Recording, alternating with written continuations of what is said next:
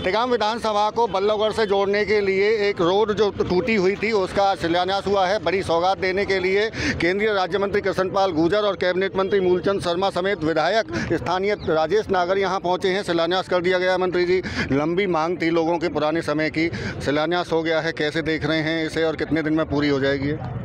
देखिए शर्मा जी, ये रोड काफ़ी दिन से ख़राब हालत में थी और यहाँ पर दर्जनों गाँवों का आवागमन है। सिर्फ रोड ही नहीं, इस पुल की हालत भी वर्षों से अंग्रेजों के ज़माने का पुल था ये बल्लभगढ़ का। इसकी घोषणाएं कांग्रेस के राज में खूब हुई, लेकिन कभी इसका काम नहीं हुआ। ये पुल बनाने का काम भी हमारी सरकार ने, माननीय मूलचंद जी, राजेश जी, इन सबके सहयोग से पुल भी बनकर तैयार हुआ। ये सड़क की हालत उनके राज में भी ख़राब थी, ये पहले भी हमने बनाई थी और आज फिर हमारी सरकार इसको बना रही है। मूलचंद जी का, राजेश जी का, मनोहर लाल जी का तो है ही सब कुछ सहयोग इसमें, और मजबूत बनाई जा रही है। 16 करोड़ की लागत से 12 किलोमीटर की ये सड़क है, जिसमें 5 किलोमीटर आरएमसी रोड है, बाकी बिटुमन का रोड है। और इस रोड के साथ साथ नहर पार को जो इलाके को जोड़ने वाली सड़कें, फरीदाबाद से तिगांव रोड है 4 लेन की, उसका काम चालू है। फरीदाबाद से मझावली वाया जसाना चीरसी, उसका 10 मीटर का रोड का बहुत तेज़ी से काम चालू है।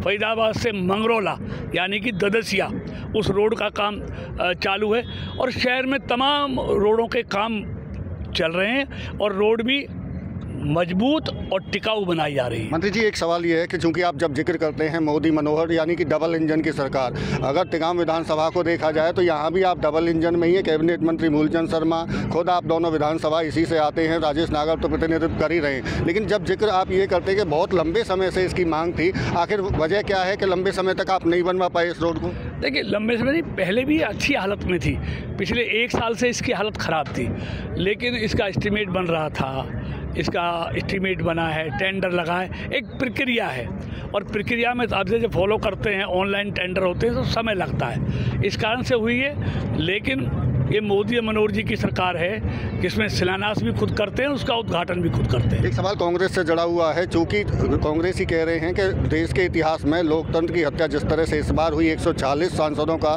निलंबन किया गया, उसको लेकर उनकी तरफ से विरोध भी किया गया है, आप क्या कहेंगे? पूरे हिंदुस्तान को जेल बनाने वाले आपातकाल में हजारों नेताओं को 2 साल तक जेल में डालने वाले आज लोकतंत्र की बात कर रहे हैं। जिन्होंने लोकतंत्र को पैरों तले कुचला हो, आज उनको लोकतंत्र की दुहाई देने की बात रही। ये सब 3 प्रदेशों में जो हार हुई है, ये उसकी छटपटाहट है, उसकी फ्रस्ट्रेशन है।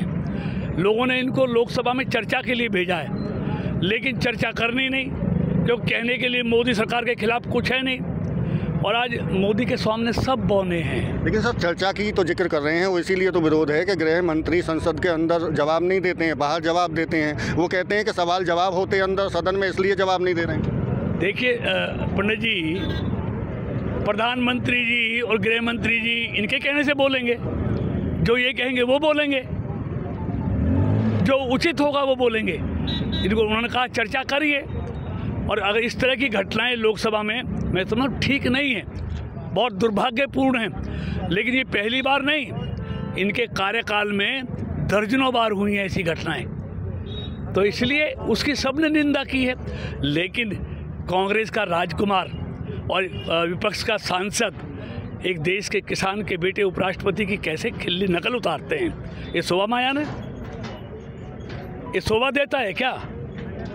इतने सीनियर सांसद और जो कांग्रेस पार्टी का सबसे बड़ा नेता बना फिरता है, वो इस तरह से वीडियो बनाए, मतलब मोदी जी ने सही कहा था, कुछ लोगों की उम्र बढ़ती है लेकिन ये नहीं बढ़ता। एक सवाल आखिरी आपसे उपराष्ट्रपति को लेकर, चूंकि आप जिक्र कर रहे हैं मिमिक्री का, कांग्रेस कहती है कि आज उपराष्ट्रपति को किसान याद आ रहे हैं, जाट याद आ रहे हैं, लेकिन जब किसान 700 से भी ज़्यादा सड़कों पर आंदोलन के दौरान मरे, उसके बाद में जो साक्षी मलिक से समेत तमाम रेसलर सड़कों पर थे, तब जाट याद नहीं आए उनको। देखिए, बात कौशिक साहब किसी जाति की नहीं है, बात पद की है। धनखड़ जी इस देश के उपराष्ट्रपति हैं, राज्यसभा के सभापति हैं, सवाल मर्यादा की है। ये तो मर्यादा भी भूल गए। इनको अपनी मर्यादा का ख्याल नहीं है, और जिनको अपनी मर्यादा का ख्याल नहीं है वो दूसरे की मर्यादा का क्या ख्याल रखेंगे। इसलिए इनको माफ़ी मांगनी चाहिए, इन्होंने अच्छा नहीं किया। बिल्कुल, ये थे हमारे साथ में केंद्रीय राज्य मंत्री कृष्णपाल गुर्जर, जो साफ तौर से कांग्रेस पर सवाल उठा रहे हैं और साफ तौर से उनका कहना है कि मर्यादा का ख्याल कांग्रेस की तरफ से नहीं रखा गया है और इस मुद्दे पर कांग्रेस को माफ़ी मांगनी चाहिए। फरीदाबाद से देवेंद्र कौशिक, इंडिया न्यूज़।